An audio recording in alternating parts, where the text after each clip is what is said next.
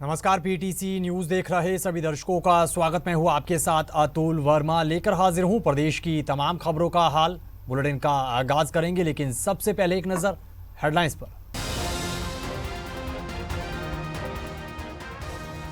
गृह मंत्री अमित शाह ने प्रदेशवासियों को दी सौगात। हिसार के अग्रोहा मेडिकल कॉलेज में महाराजा अग्रसेन की प्रतिमा का किया अनावरण। हिसार पहुंचे गृह मंत्री अमित शाह का सीएम सैनी ने किया स्वागत। पीएम मोदी के नेतृत्व और ट्रिपल इंजन सरकार का किया जिक्र। योगेश्वर दत्त और द्रोणाचार्य अवॉर्डी महावीर फोगाट ने विनेश फोगाट पर कसा तंज। महावीर फोगाट ने हुड्डा को भी लिया लपेटे में। फरीदाबाद की नवनिर्वाचित मेयर परवीन बत्रा जोशी ने संभाला पदभार। केंद्रीय मंत्री और प्रदेश मंत्रियों ने शहर के विकास का किया आह्वान। और 1 अप्रैल यानी कल से नए वित्त वर्ष की शुरुआत। कई चीजों के दाम में देखने को मिलेगा उतार चढ़ाव।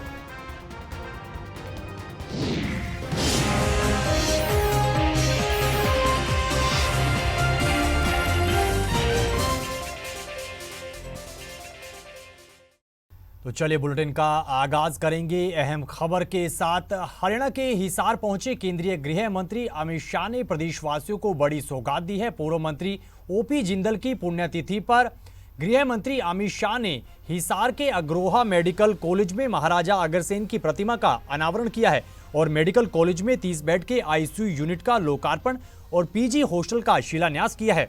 इस मौके पर प्रदेश के मुख्यमंत्री नायब सैनी, कई कैबिनेट मंत्री, भाजपा सांसद नवीन जिंदल, विधायक सावित्री जिंदल समेत अन्य नेता मौजूद रहे। वहीं गृह मंत्री अमित शाह ने कार्यक्रम को संबोधित भी किया और पीएम मोदी के नेतृत्व के साथ साथ प्रदेश में सीएम सैनी के नेतृत्व का जिक्र किया। अमित शाह ने कहा कि प्रदेश की जनता ने भरपूर आशीर्वाद और नई ऊर्जा के साथ नॉन स्टॉप सरकार बनाई है। इससे पहले हरियाणा के हिसार पहुंचने पर मुख्यमंत्री सैनी ने गृह मंत्री अमित शाह का स्वागत किया। हरियाणा की ये भूमि ने चीर पुरातन काल से इस देश की संस्कृति को, इस देश के संस्कार को और इस देश की परंपराओं को आगे बढ़ाने का काम किया है। महाभारत काल से लेकर आजादी के संग्राम से लेकर आजादी के बाद के 76 साल में हरियाणा का योगदान हमेशा एक छोटे प्रदेश के रूप में सीमांकन होने के बाद भी देश के बड़े बड़े राज्यों से बहुत ज्यादा रहा है। इसलिए मैं सभी धाकड़ हरियाणा के भाइयों बहनों को बहुत बहुत अभिनंदन करना चाहता हूं। वहीं प्रदेश के मुख्यमंत्री नायब सैनी ने कार्यक्रम को संबोधित किया और प्रदेशवासियों को हिसार पहुंचकर सौगात देने पर केंद्रीय गृह मंत्री अमित शाह का आभार भी जताया। इस मौके पर मुख्यमंत्री नायब सिंह सैनी ने पीएम मोदी के नेतृत्व का जिक्र किया और ट्रिपल इंजन सरकार की बात भी कही। आज के स्थान का बड़ा महत्व है। महाराजा अग्रसेन जी का यह अग्रोहा धाम आज का अवसर भी बड़ा महान है।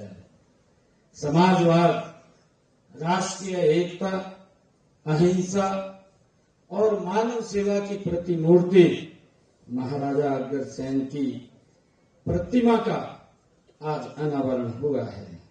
इसके साथ ही हमें खुशी है कि इस मेडिकल कॉलेज में नवनिर्मित आईसीयू का भी उद्घाटन और पीजी छात्रावास का भी शिलान्यास आदरणीय अमित शाह जी, गृह मंत्री भारत सरकार के कर कमलों द्वारा आज हम सबको यहाँ ये मिला है। यह हमारे लिए बड़े गर्व की बात है कि यह सब माननीय केंद्रीय गृह मंत्री अमित शाह जी के कर कमलों द्वारा हुआ है। वहीं भाजपा सांसद नवीन जिंदल ने भी कार्यक्रम को संबोधित किया और पूर्व मंत्री ओपी जिंदल की पुण्यतिथि पर उन्हें याद करते हुए नमन किया है। इस मौके पर भाजपा सांसद नवीन जिंदल ने पीएम मोदी के नेतृत्व का जिक्र किया। भाजपा सरकार की तमाम नीतियों का जिक्र करते हुए कार्यक्रम को संबोधित किया। हमें आज यहां अग्रोहा में महाराजा अग्रसेन जी की भव्य प्रतिमा के अनावरण, नवनिर्मित आईसीयू के लोकार्पण और पीजी हॉस्टल के शिलान्यास का साक्षी होने का शुभ अवसर हमें मिला है। यह केवल एक निर्माण कार्य नहीं, बल्कि समाज की सेवा और मानवता के प्रति हमारी अटूट प्रतिबद्धता का प्रतीक है। आज हमारे इस संस्थान के संस्थापक बाबूजी श्री ओपी जिंदल जी की 20वीं पुण्यतिथि पर हम उन्हें सादर नमन करते हैं। बाबूजी ने सदैव अपना जीवन गरीबों और जरूरतमंदों के उत्थान के लिए समर्पित किया। वो हमेशा उन्होंने यही सिखाया कि जरूरतमंद की सेवा ही सही मायने में ईश्वर की पूजा है। इधर पूर्व रेसलर योगेश्वर दत्त ने कांग्रेस विधायक और पूर्व रेसलर विनेश फोगाट पर जमकर निशाना साधा है। इस दौरान योगेश्वर दत्त ने विनेश फोगाट पर तंज कसते हुए कहा कि विधानसभा चुनाव के दौरान विनेश फोगाट ने अपने अहंकार में आकर सम्मान की राशि सरकार के मुंह पर मारने की बात कही थी और अब वही विनेश फोगाट उसी पैसे को पाने के लिए विधानसभा में गिड़गिड़ा रही हैं। योगेश्वर दत्त ने कहा कि विनेश फोगाट ने जिस प्रकार से मेडल्स को गंगा में बहाने और सरकार के अवार्ड्स को जमीन पर रखा, उन्हें अपमानित किया, वो बिल्कुल गलत था। विधानसभा चुनाव के दौरान विनेश फोगाट ने एक बात कही थी बड़ी जबानी, बड़ी मस्त, कि अगर सरकार मेरे को सम्मान देती हूँ और वो उस सम्मान को वापिस सरकार के मुंह पे मारती और तालियां बहुत बजी प्रतिक्रिया के लोगों से। उसके बाद विधानसभा में खड़े होकर उसी सम्मान के लिए मुख्यमंत्री जी को बोलना कि आपने सम्मान राशि देने की घोषणा की, फिर आखिर मेरे को मिली।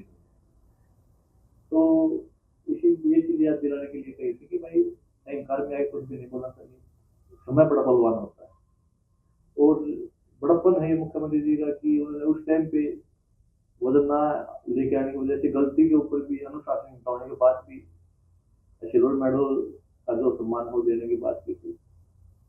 और अभी मुख्यमंत्री ने फिर बोला है कि भाई हम वो सम्मान देंगे। और बात हरियाणा सरकार के लिए बात करके खिलाड़ियों का सम्मान करके, तो खिलाड़ी होने के नाते मैं एक बात कहूँगा कि खिलाड़ी को भी अपनी मर्यादा में जाके बात करनी चाहिए। इसी कड़ी में द्रोणाचार्य अवॉर्डी महावीर फोगाट ने भी कांग्रेस विधायक विनेश फोगाट पर तंज कसा है। इस दौरान उन्होंने पूर्व सीएम भूपेंद्र सिंह हुड्डा को अपने लपेटे में भी लिया। महावीर फोगाट ने कहा कि भूपेंद्र सिंह हुड्डा के मोह में विनेश फोगाट अपने गुरु और ताऊ का अपमान कर रही हैं, जो कि बिल्कुल गलत है और विनेश ने कभी भी उन्हें द्रोणाचार्य अवार्ड दिलवाने की मांग नहीं उठाई थी। महावीर फोगाट ने कहा कि नायब सैनी सरकार ने अपना वादा निभाया है, लेकिन पूर्व की हुड्डा सरकार ने खिलाड़ियों की अनदेखी की थी। इस बीच उन्होंने योगेश्वर दत्त का भी समर्थन किया। मुख्यमंत्री हैं, उन्होंने जो वादा, जो विनेश ने विधानसभा में जो मुद्दा उठाया था अवार्ड राशि, तो आज हरियाणा सरकार ने, नायब सैनी साहब ने वो वादा जो किया था वो निभाया है। लेकिन इसके बारे में कुछ विनेश का फर्ज बनता है, अभी जो इतना मान सम्मान देता है उस आदमी का भी जो मान सम्मान होती है। इसने जो काफ़ी जो अड़पुड़ बयान दिए हैं, पीएम के बारे में भी, मोदी के बारे में बयान दिए हैं, काफ़ी जो योगरजत ने जो शब्द कहे हैं, अंगकारी शब्द, इसने मैंने भी जो काफ़ी बार जो ये शब्द सुने। ये बहुत एक जो अच्छे खिलाड़ी को शब्द किसी के प्रति जो यूज नहीं करनी चाहिए। और जो मैं धन्यवाद करता हूँ सैनी साहब का, जिन्होंने जो आज जो वादा किया था निभाया। और विनेश ने भी अपने बयान जो सोच समझ के देनी चाहिए, जो किसी गलत फहमी में आके जो अपना भविष्य खराब नहीं करे। मैं ये विनेश को भी सलाह देता हूँ, जो अपने जो गुरु का, जो माँ बाप का सम्मान नहीं करती, तो ये भाषा इसकी जो है, जब पीएम साहब को बोलते, जब माँ बाप जिसने गुरु यहाँ तक पहुँचाई है उसके बारे में एक शब्द नहीं कहती, मैं उससे क्या आस उम्मीद कर सकता हूँ, क्या सरकार उम्मीद कर सकती है। खबरों में आगे बढ़ेंगे, अगली खबर का जिक्र करेंगे। 1 अप्रैल यानी कल से नए वित्त वर्ष की शुरुआत होने जा रही है। ऐसे में कई चीजों के दाम में उतार चढ़ाव देखने को मिलेगा। ऐसे में कौन कौन सी वो चीजें हैं जो सस्ती या फिर महंगी होने जा रही है, रिपोर्ट देखिएगा।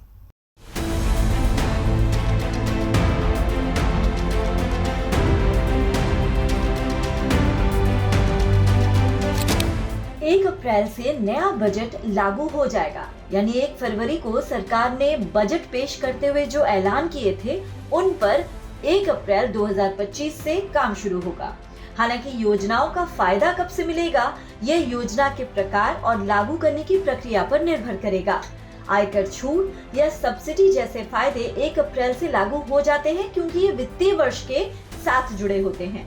वहीं इंफ्रास्ट्रक्चर और विकास परियोजनाएं, सामाजिक कल्याण योजनाओं का फायदा मिलने में समय लगता है, क्योंकि इन पर काम करने की एक लंबी प्रक्रिया होती है।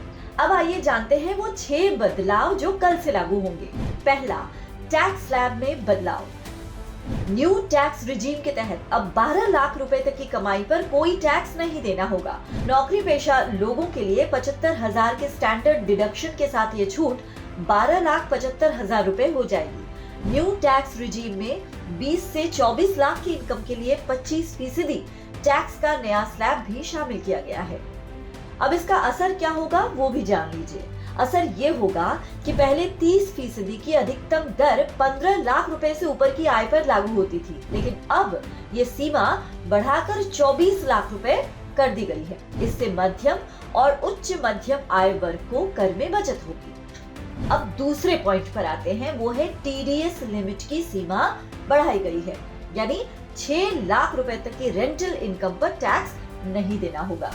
कुछ भुगतानों पर टीडीएस यानी टैक्स डिडक्शन एट सोर्स की सीमा को बढ़ाया गया है, जैसे कि रेंट से होने वाली इनकम पर टीडीएस छूट दोगुनी हो गई है, जो कि 2.4 लाख रुपए से बढ़कर 6 लाख रुपए हो गई है। बैंक एफडी से ब्याज आय अर्जित करने वाले वरिष्ठ नागरिकों के लिए टीडीएस सीमा 50,000 से बढ़ाकर 1 लाख रुपए हो गई है। प्रोफेशनल सर्विस पर टीडीएस की सीमा अब 30,000 से बढ़कर 50,000 हो गई है। इससे कम आय वाले व्यक्तियों पर टीडीएस का बोझ कम होगा और नकदी प्रवाह में सुधार होगा। तीसरा पॉइंट है, टीसीएस लिमिट की सीमा बढ़ाई गई। अब विदेश में पढ़ाई के लिए पैसा भेजने पर टैक्स कलेक्टेड एट सोर्स यानी टीसीएस की लिमिट 7 लाख रुपए से बढ़ाकर 10 लाख रुपए कर दी गई है। वहीं अगर पैसा किसी फाइनेंशियल ऑर्गेनाइजेशन जैसे बैंक आदि से लोन लिया गया हो तो टीसीएस लगेगा ही नहीं। अब इसका असर ये होगा कि टीसीएस हटने से छात्रों और उनके परिजनों को फायदा होगा। वहीं फरीदाबाद की नवनिर्वाचित मेयर परवीन बत्रा जोशी ने अपना विधिवत रूप से पदभार संभाल लिया है। इस मौके पर केंद्रीय राज्य मंत्री कृष्णपाल गुर्जर, कई प्रदेश के कैबिनेट मंत्री और नेता मौजूद रहे। इस दौरान मंत्रियों ने कहा कि उन्हें पूरी उम्मीद है कि मेयर के रूप में परवीन जोशी जनता के हित में और शहर के विकास को लेकर अच्छा काम करेंगी। इसी कड़ी में भाजपा के राष्ट्रीय सचिव ओम प्रकाश धनखड़ ने सभी पार्षदों को शहर के विकास के लिए एकजुट होकर काम करने की बात कही। मूलभूत समस्याओं से मैं अवगत हूँ और आप सभी जितना जानते हैं आप लोग उतना मैं जानती हूँ। सबसे पहला कार्य मेरा स्वच्छता अभियान का रहेगा और उसमें मैं फरीदाबाद की जनता का सहयोग चाहूंगी, क्योंकि मैंने आपको पहले भी बताया है कि मैं अपने कार्यकाल में इसको इंदौर बनाना चाहती हूँ। उसमें मुझे एक एक फरीदाबाद की जनता का, जैसे उन्होंने वोट दिया ऐसे उनकी सहयोग की उम्मीद करती हूँ। वो भी होगा, बिल्कुल होगा जी, कार्य शुरू हो चुका है उसको। आज 1 करोड़ देने की घोषणा भी कर दी है, जी जी मंत्री जी ने कहा है। जी जी नगर निगम साहिबा को क्या कहेंगे जी? इस तो हमारी माननीय कमिश्नर मैम भी साथ में ही बैठी थी, उनके सामने ही ये सब घोषित किया गया। डेफिनेटली ये जल्दी ही काम शुरू हो जाए। अगली खबर झज्जर से है। झज्जर में एक बार फिर तेज रफ्तार का कहर देखने को मिला है। इस हादसे में ट्रैक्टर चालक की मौत हुई है। जानकारी के मुताबिक तेज रफ्तार हाईवा ने ट्रैक्टर को टक्कर मारी है। पुलिस अधिकारी ने जानकारी देते हुए बताया है कि ट्रैक्टर चालक अपने निर्माणाधीन मकान के लिए झज्जर के भट्टे से ईंट लेने गया था और घर वापस लौटते वक्त गांव मारोत के पास पीछे से तेज रफ्तार से आ रहे हाईवा ने ट्रैक्टर को जोरदार टक्कर मार दी, जिसके बाद ट्रैक्टर पलट गया और ट्रैक्टर चालक की मौत हो गई। इस हादसे को लेकर फिलहाल पुलिस जांच कर रही है और बताया जा रहा है कि हादसे के बाद से हाईवा चालक मौके से फरार है। ये अपने मकान के लिए टिला रहा था झज्जर भट्टे से। मारोत बस अड्डे के पास पहुंचते ही पीछे से एक हाईवा आया, उसने एक्सीडेंट किया। तो ट्राला चालक मौके से फरार है, ट्रक वहीं है, मौके पर हाजिर है।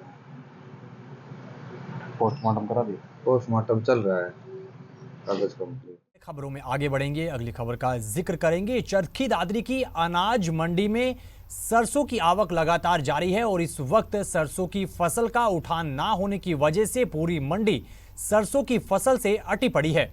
जानकारी के मुताबिक कल से ही गेहूं की सरकारी खरीद भी शुरू हो रही है। मंडी प्रधान और आड़ती ने बताया कि बारदाना ना होने के कारण सरसों खुले में ही पड़ी है। उन्होंने कहा कि उठान के लिए कोई प्रबंध ना होने पर गेहूं डालने के लिए जगह नहीं मिलेगी। वहीं मार्केट कमेटी सचिव ने मंडी में व्यवस्थाएं दुरुस्त होने का दावा किया है। रबी सीजन 2025 के अंतर्गत गेहूं की जो सरकारी खरीद के लिए मार्केट कमेटी के स्तर पर व्यापक जो प्रबंध है कर लिए गए हैं, क्योंकि हमारी ऑलरेडी सरसों की खरीद 15 मार्च से चल रही है।